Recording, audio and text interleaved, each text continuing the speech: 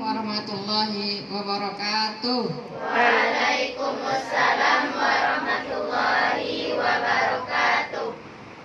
Alhamdulillahirrahmanirrahim. Siang ini kita kedatangan tamu, yaitu Bapak Yobana Samial dari Jakarta. Marilah kita sama-sama kita berikan kesempatan kepada beliau untuk memberikan semacam motivasi atau masukan atau semacam ceramah kepada kita bersama. Kepada beliau kita persilakan.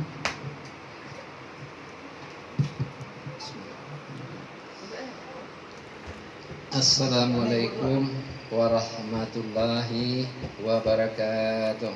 Waalaikumsalam warahmatullahi wabarakatuh. Bismillah, walhamdulillah, wassalatu wassalamu ala asrafil anbiya'i wal mursalin, wa la hawla wa la quwata illa billahil aliyyil azim. Allahumma sholli ala Muhammad wa ala ali Muhammad. Marilah kita panjatkan rasa puji dan syukur kita kehadirat Allah Subhanahu wa taala atas kehendaknya saya tadi sudah disebutkan Ibu ya, Ibu Tanti, nama saya Pak Yobana. Aneh namanya ya, Yobana. Kemudian yang saya hormati rekan Nambo, kawan Nambo, sama kuliah di Kota Suku dulu. Jadi Pak Sabriko sarjana hukum Pak. Jadi sama-sama kuliah. Kebetulan pada hari itu inilah kita syukuri nikmat Allah Subhanahu wa taala.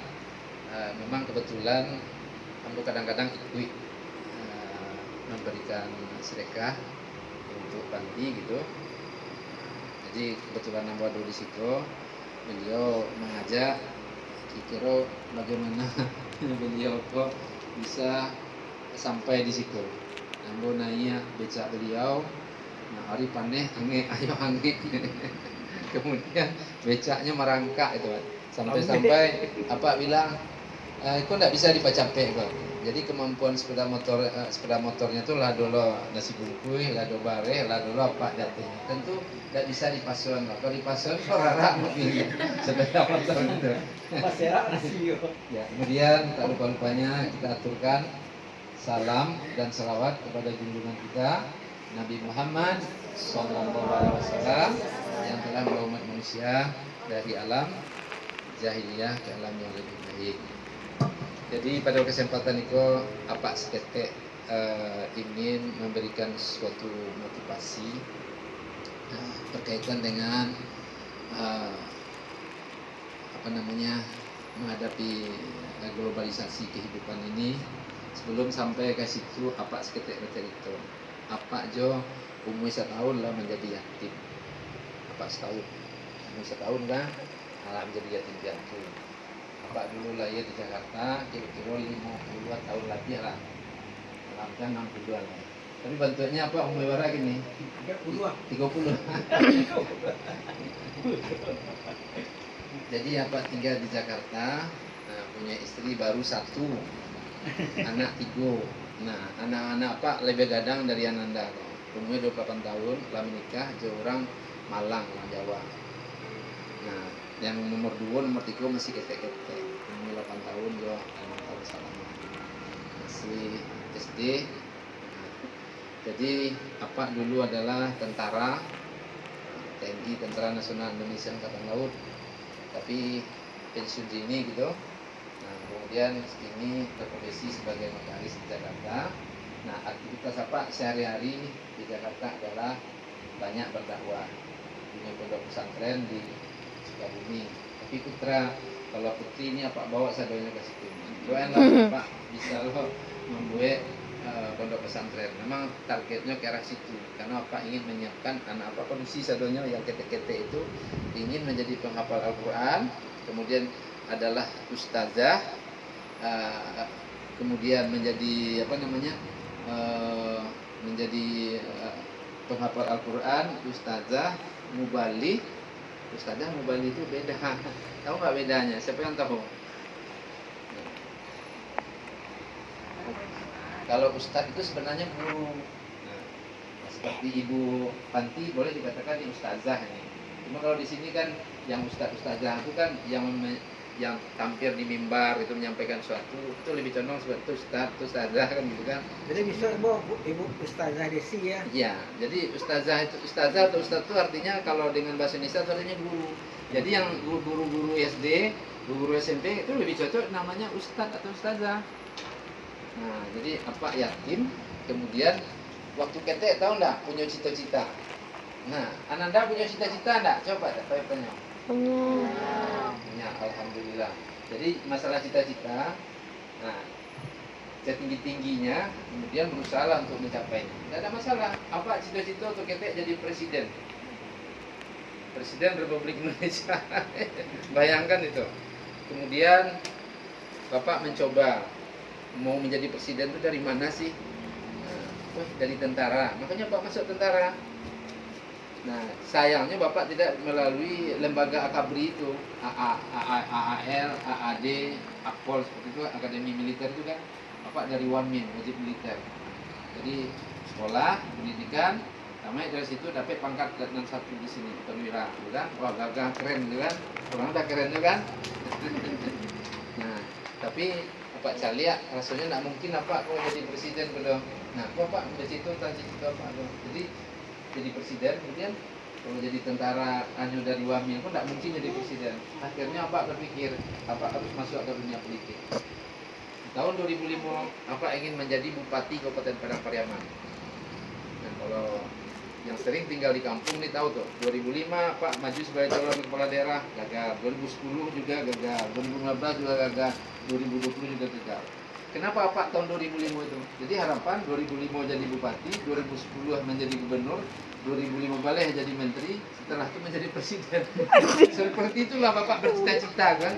Tetapi Allah berkehendak lain gitu. Jadi cita-cita itu tidak mungkin rasanya sampai, apalagi umur kita lah 58 tahun. Tapi setidaknya telah membuat sebuah keputusan cita-cita yang sangat tinggi itu. Jadi tidak ada yang tidak mungkin. Jadi kebetulan yang terbaik menurut Allah apa itu tidak jadi presiden, tidak jadi bupati, tapi seperti inilah bekerja sekarang menjadi notaris di Jakarta, kemudian berkegiatan dakwah, punya pondok pesantren, kemudian membangun gerakan dakwah di Jawa, termasuk juga di Padang Pariaman sampai saat sekarang. Insya Allah Pak akan bersama-sama juga kawan-kawan termasuk Buya, panggilannya Buya kok, Pak Sabri kok, kami akan membangun masjid. Kemudian di masjid itu ada sekolahnya, boarding gitu. Kemudian disitulah banyak yang akan digodok di situ. Seperti misalnya bagaimana menjadikan sebuah kampung menjadi Islami, digodok di situ. Nah, itu tidak jauh tempatnya di Lemomani di areal 4.000 meter. Nah, jadi namanya Masjid Al-Makmur, Fakultas Hukum Universitas Andalas. Jadi kebetulan Bapak sendiri yang ditunjuk oleh kawan-kawan jadi ketua yayasan itu. Nah, doakan supaya masjidnya berdiri. Nah, banyak nanti yang akan kita buat program-program untuk kemaslahatan umat. Termasuklah menjadikan Ananda menggapai cita-citanya di situ kita ada nanti BLK-nya, balai latihan kerjanya gitu loh. Mendidik Ananda ingin menjadi mubalik gitu loh, menjadi ustazah gitu loh. Jadi banyak. Jadi harapan Bapak Ananda harus cita-cita yang sangat tinggi. Walaupun dengan serba keterbatasan, tidak apa-apa. Nah, bagaimana keberhasilan ini bisa terwujud? Nah, di samping memang pertama itu kan kehendak Allah ya. Tetapi tanpa ada usaha, ikhtiar tidak akan mungkin tercapai. Bapak udah berikhtiar tuh kan, tapi tidak berhasil. Mungkin Allah yang menetapkan. Nah, sesuai dengan sebuah hadis, ketika kita menginginkan sesuatu, kemudian tidak tercapai, ya kita ikhlas. Kita harus sabar gitu kan. Nah, seperti itu. Jadi tidak ada masalah. Coba Pak tanya nih, dari sini nih, citanya dia apa? Guru. Hah? Guru juga? Hah? Guru? Tentara Angkatan Darat. Tingginya berapa? Coba berdiri. Umurnya berapa? Coba. Berapa tingginya? Umurnya berapa? 16. Masih bisa nih. Minimal wanita itu 160 cm. Nah, berusahalah rajin olahraga kalau mau jadi tentara, ya. Nah, siapa yang cita-cita tuh? Sekarang sekolahnya di SMK. Kelas kelas 1. Jadi 2 tahun lagi masih ada peluang untuk nambah tinggi. Sekarang belum 160 ya? Belum ya? Belum. Ini ceritanya dia Pak. Dokter, mantap. Ananda sayang? Pramugari ya? Hah? Apa? Chef, Pak. Chef boleh, bagus. Kalau chef yang terkenal gimana gitu? Gajinya bisa 50 juta sebulan. Chef di hotel misalnya kan. Jangan lihat sisi anunya, Pramugari orang ya? masak di kampung gitu loh. Terus ini di depan Bapak nih. Guru, Pak. Guru. Tuh loh nih, guru. Guru sama ustaz. Polwan. Nah, itu juga hampir sama syaratnya, Nak. Dokter. Guru. Dokter. Polwan. Guru. Ini udah kuliah ya? Kuliah di mana? UNES Fakultas Teknik. Nak. Dokter. Namanya jadi dokter. Hah, Polwan. Dokter. Ya ini lulus puluhan. Luar biasa. Awak apa? Awak Pak? Iya. Dokter. Enggak Pak. Nah. Jadi gini, kita bayang tadi, apa seorang anak yatim umur 1 tahun hidup dengan serba keterbatasan, kasih sayang dari mana-mana. Pak kalian mau nanya Pak? Nah, sama dengan Anda. Tapi cita-cita Pak jadi presiden. Cuma tidak mungkin rasanya Pak jadi presiden, tapi setiapnya apa bisa intinya bisa berbuat untuk umat, berbuat untuk kemaslahatan. Di Jakarta Pak akan bangun masjid. Di atas lahan 3.000 di Jakarta yang tanah bukan main harganya 1 meter itu sampai 15 juta. Nah, insya Allah doain itu nanti tuh dengan harga 60 miliar itu di Jakarta itu. Nah, jadi mungkin Allah tidak menjadikan apa presiden, tidak jadikan bupati, gubernur, menteri dan presiden kan, tapi di satu sisi ini diganti sama Allah. Bukan hanya diganti di dunia, tapi diganti di akhirat. Jadi kenapa Bapak mau jadi presiden? Nah, yang kebayang apa? Apa ingin menjadi pemimpin? Tugas pemimpin itu ada 3. Yang pertama adalah menjadikan umatnya beriman dan bertakwa. Yang kedua mensejahterakan umatnya. Yang ketiga apa? Menjaga keadilan dan keamanan. Nah, itu yang tidak nampak dia Pak. Ada kepala daerah, ada bupati, ada wali kota. Pernah tidak wali kota datang ke Siko? Enggak. Nah kan, jadi tidak cocok, tidak pantas jadi wali kotanya. Kalau itulah kira-kira kasarnya kan. Jadi kita sebagai pemimpin, yang pertama harus didekati itu adalah orang seperti orang yang berada di bawah kehidupan. Itu dulu nomor 1. Itu ada hadisnya. Jadi kalau orang mau dekat dengan orang yang berada di bawah, seperti kaum miskin, kaum duafa, yang perlu bantuan segala macam. Nah itu dulu. Nah insya Allah lah Allah akan berikan hidayah kepada orang yang melakukan hal seperti itu. Nah jadi Bapak sangat bersyukur semuanya sudah punya cita-cita. Jangan dikendurin. Sekarang kalau mau jadi dokter kan syaratnya kan berat. Duitnya ada jalan lain. Apa? Beasiswa. Ada beberapa universitas memberikan beasiswa kepada masuk ke dokteran, syaratnya hafal 30 juz. Karena apa namanya pondok pesantren Bapak yang di Sukabumi itu tahfiz Al-Quran. Nah, coba tunjuk tadi yang mau jadi dokter tadi. Nah, jadi kalau itu udah ada yang hafal Al-Quran enggak nih? Hah? Udah ada. Nah, coba ini. Kalau memang mau jadi Bapak bisa memfasilitasinya nanti kayak UIN Jakarta nanti. Karena memang ada programnya, tapi benar 30 juz. Yang masih SMP ini kelas 1 3 tahun masih punya peluang dan kesempatan. Nanti ini nggak ada yang mengajar tahfiz di sini. Ada Pak. Ada. Nah, ini peluang. Sebagian mereka sedang belajar di luar, Pak. Orang dari Jadi tidak harus pakai uang, paham itu kan? Nah, apalagi peluang dan kesempatan itu ada, tidak ada jalan, apa namanya? Pasti ada jalan gitu loh. Ini keponakan Bapak masuk ke dokteran, kalau dilihat uangnya, masya Allah, untuk masuk aja mengeluarkan uang 750 juta. Gimana kita yang tidak mampu ini? Nah, Allah memberikan peluang dan kesempatan seperti UIN Jakarta, hafal 30 juz, nah dites itu kan, diterima tanpa membayar apapun juga. Dan juga setiap bulan dapat pula subsidi untuk makan, untuk ini. Siapa yang udah hafal berapa juz? Tadi yang cerita kedokteran tadi mana tadi tuh? Dokter mana? Nah, udah berapa juz hafalnya, Nak? Belum. Hah? Belum ya, Nak? Ya, masih sekolahnya apa? 1 juz, Pak. 1 juz. Juz 30 ya. Coba sekarang tingkatkan. Apa aja udah tua sekarang nih menghafal Al-Qur'an. Kenapa kita mau belajar menghafal Al-Qur'an itu? Di sisi apa? Di sisi sebagai makhluk Allah itu kan, manusia yang paling tinggi di sisi Allah adalah menghafal Al-Qur'an. Yang disebut dengan wali Allah. Itu kakinya udah selangkah udah di surga.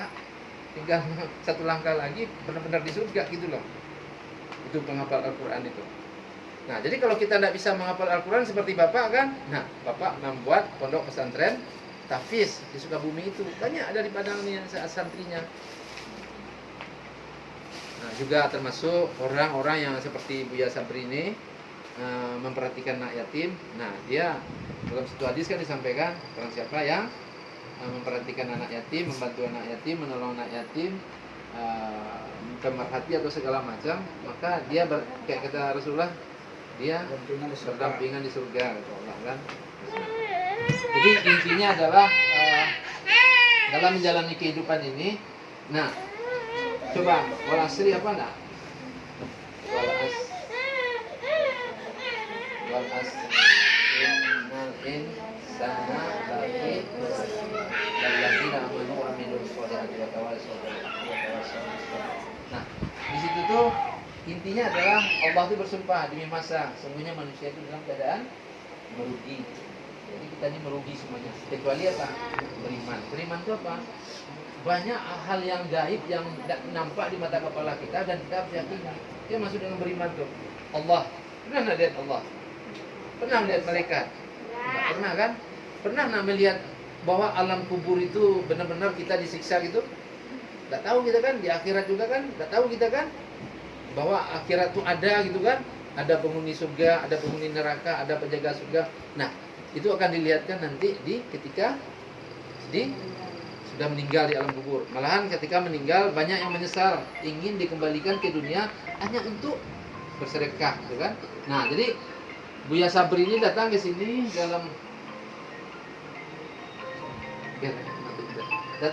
juga dalam rangka itu. Nah, terus yang kedua apa kata Allah? Beramal soleh. Beramal soleh itu mengerjakan sholat, bersedekah, membantu orang, kemudian berpuasa. Nah, jadi kalau seandainya kita udah lakukan ini bukan untuk diri kita aja, tetapi juga untuk orang lain. Nah, itu sambungannya itu. Watawassaw bil haqqi ya, sambungannya itu. Jadi menyampaikan kebenaran. Jadi jangan soleh kita sendiri aja. Nah, orang yang soleh sendiri aja itu yang dulu didorong sama malaikat ke neraka. Nah, jadi kayak Bu Banti nih. Nah, dia kalau dia menjaga Ananda, dia merawat Ananda, terus dia tidak suruh, dia biarin aja sholat masa bodoh, kemudian ngomong yang ghibah apa segala macam, fitnah dia biarin aja gitu kan. Nah, itu berarti tidak menyampaikan. Nah, itu terus menghadapi semuanya ini dengan kesabaran. Watawassaw bil haqqi wa tawassaw bis sabr, gitu kan. Nah, seperti itu. Jadi di akhir Bapak menyampaikan ini intinya adalah Ananda gapai cita-citanya. Bapak, adik Bapak, kakak Bapak adalah yatim dari kecil. Bayangkan untuk ibu untuk menghidupi anak-anaknya pakai sepeda, jual sanggul. Kamu nggak sanggul? Nah, sanggul dulu gitu kan. Nah, terus jual makanan gitu loh. Pakai sepeda ontel itu membesarkan Bapak nih. Nah, bertiga Bapak pernah menjadi tentara, pernah jadi pengacara, notaris, banyak berdakwah sekarang. Kemudian kakak Bapak yang tua perempuan juga tuh doktor, profesor gitu di Jakarta. Nah, adik Payok, kalau pernah kalau jalan tuh ada notaris entry final di Olo Ladang, coba lihat nanti ada kantor cukup besar. Nah, itu adalah adik daripada bapak itu sukses karena menggapaikan cita-cita. Nah, cita-cita ini gapaikan, ingat surat wal asri tadi itu. Wal asri itu. Nah, itu aja barangkali untuk motivasi bagi Anda. Tidak ada yang tidak mungkin, jangan khawatir. Allah bersama kita. Makanya sebelum Pak akhiri, Ananda dalam menjalani kehidupan ini mulai dari malam. Yang pertama adalah laksanakan berwudu dulu. Tiada hari tanpa berwudu. Mau tidur itu sebenarnya berwudu itu setiap saat. Minimal kalau tidak bisa setiap saat adalah pada malam hari itu berwudu mau tidur. Kemudian membaca apa? Doa tidur. Kemudian ada doa sama dengan baca 3 kali qul huwallahu ahad, itu sama dengan kita kubroh. Kemudian salawat Nabi, kemudian istighfar. Kemudian satu lagi apa? Subhanallah walhamdulillah wala ilaha illallah wallahu akbar. Apa tuh? Tasbih, tahlil, tasbih apa? Tahmid ya. Itu. Setelah itu apa? Bangun tengah malam apa yang kita baca? La ilaha illallah wa la syarikalah lahul mulku wa lahul hamdu yuhyi wa yumiitu wa huwa ala kulli syai'in qadir. Dapat dilanjutkan dengan ayat-ayat apa namanya? Ayat kursi. Boleh. Kemudian beristighfar aja. Astagfirullah setelah itu kan. Kemudian kalau kita tidur lagi, kalau jamnya tepat jam 3, jangan ditunggu-tunggu, langsung salat tahajud bagi yang tidak berhalangan. Langsung salat tahajud. Kemudian sambil membaca Al-Quran. Karena membaca Al-Quran di pagi hari itu dianjurkan. Berbeda pahalanya ketika ini. Bapak setiap hari minimal 1 juz. Nah, Ananda apalagi yang mau jadi dokter akan menjadi penghafal Al-Quran. Nah, minimal itu menghafal itu 1 juz. Jadi ketika kita bila perlu 2 juz 1 hari itu, coba bagi waktunya. Mungkin pada saat subuh 2 halaman. Berarti kan 4 halaman tuh kan. Ini kan 10 halaman 1 juz itu. Berarti 20 halaman ya. Nah, setelah zuhur 2 halaman. Nah, asar juga begitu. Nah, kemudian salat tahajud, kemudian paginya salat subuh, kemudian dilanjutkan dengan salat apa? Salat duha. Nah, kemudian Senin Kamis puasa nggak nih, Bu? Alhamdulillah. Bapak yakin ini, kalau ini yang Anda lakukan, udah puasa Senin Kamis. Nah, berdoa terus. Kemudian orang tua ada nggak didoakan? Apa doa orang tua? Robik, Rubayani Sagiro. Berapa kali? Kalau kita hanya mendoakan sekali, berarti kita masih durhaka. Jadi setidak-tidaknya kita mendoakan dalam sholat itu sedikitnya 5 kali lah. Rabbi firli wali walidayya warhamhuma kama rabbayani shaghira. Rabbi firli wali walidayya warhamhuma kama rabbayani shaghira. Tanda kita berbakti kepada orang tua. Nah, kalau bisa di sini ada enggak kotak amal, Bu? Enggak. Enggak ada ya. Jadi sebenarnya ini sering dapat duit enggak dari luar? Enggak. Dari orang tua, dari saudara ada enggak? Nah, sebenarnya Ananda harus dilatih bersedekah setiap hari itu 1000 perak aja. Ibu Panti siapkan kotak amal. Nah, yang sederhana. Nanti kalau seandainya coba tanya berapa harganya, nanti minta duitnya sama Bapak nanti. Jadi ada, Ananda harus bersedekah, berlatih sendiri itu. Kalau 1000 perak aja, tukar dengan duit 1000 itu kan di 30 hari kan berarti kan 30.000 cuma kan. Nah, jadi ketika udah berniat sedekah, Allah akan datang sendiri karena Anda kan belum bekerja. Datang orang ke sini nandarin gitu loh. Karena niat Anda bersedekah, karena sedekah itu Allah akan ganti di dunia dan ganti di akhirat gitu loh. Bersedekah setiap hari. Anco udah paham ya? Kemudian kalau bisa wudhu ini dalam keadaan suci terus menerus. Tapi setidak-tidaknya mau tidur. Nah, jadi barangkali itu saja. Kalau ada bertanya ke Bapak silakan. Bapak, ada yang mau bertanya nggak? Enggak. Doain Bapak, tapi kayaknya anak Bapak kan baru umur kelas 2 SD. Jadi dia tamat kelas 6, Bapak bikin pesantren di Sukabumi, tidak jauh dari pesantren itu. Kemudian Anda udah besar 4 tahun ke depan. Karena yang kita ambil adalah tamatan SD. Karena program di sana adalah tahfiz 3 tahun, mubalih atau mubalighah 2 tahun, kewirausahaan 1 tahun, jadi 6 tahun. Jadi 6 tahun di situ dia keluar dari situ, dia sudah jadi mubalih, kemudian dia ahli dalam bidang tertentu. Perempuan itu harus ahli akupuntur, ahli bekam, ahli pressure gitu kan, terus ahli apa namanya itu yang masalah-masalah kewanitaan lah gitu. Nah, kewirausahaannya di situ. Jadi keluar dari pondok itu dia udah bisa mandiri. Nah, jadi mungkin di sini ada ya program itu ya, Bu, untuk anak-anak panti, Bu? Belum ada. Nah, ini perlu dipikirin, Bu. Coba kita pikirin apa setidak-tidaknya bertahap-tahap aja. Jadi keluar di sini anak panti udah siap bisa mandiri gitu. Ya, kalau tidak ada pertanyaan Bapak akhiri, mungkin banyak maaf. Wabillahi taufiq wal hidayah. Wassalamualaikum warahmatullahi wabarakatuh. Ibu. Waalaikumsalam warahmatullahi wabarakatuh. Alhamdulillah, terima kasih saya ucapkan kepada Bapak Iop. Pak Iop. Pak Iop. Nah, tadi yang sering terdengar Pak Iop. Mudah-mudahan ini bisa jadi motivasi bagi kita bersama. Nah, yang terkesan itu yang kota amal ini, Pak. Nah, insya Allah kalau kita rajin bersedekah setiap subuh itu akan banyak rezeki Ya, yang karena disaksikan kepada kita. malaikat pagi Ya. dan malaikat malam. Yang kita tidak tahu dari mana datangnya. Ya. Karena itu rahasia dari yang di atas. Berapa tuh kota amal itu satu, Bu? Enggak tahu juga, Pak. Nah, Ibu beli aja kota amal itu atas nama nih.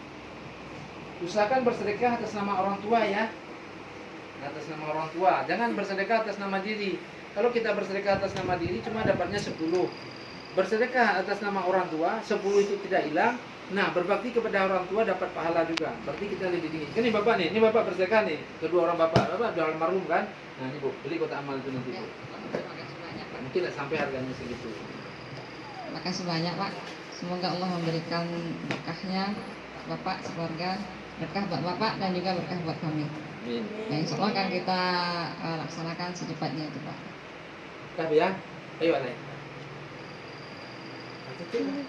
Demikianlah kegiatan kita pada hari ini. Itu sudah saja. Wabillahi taufiq wal hidayah. Wassalamualaikum warahmatullahi wabarakatuh. Waalaikumsalam warahmatullahi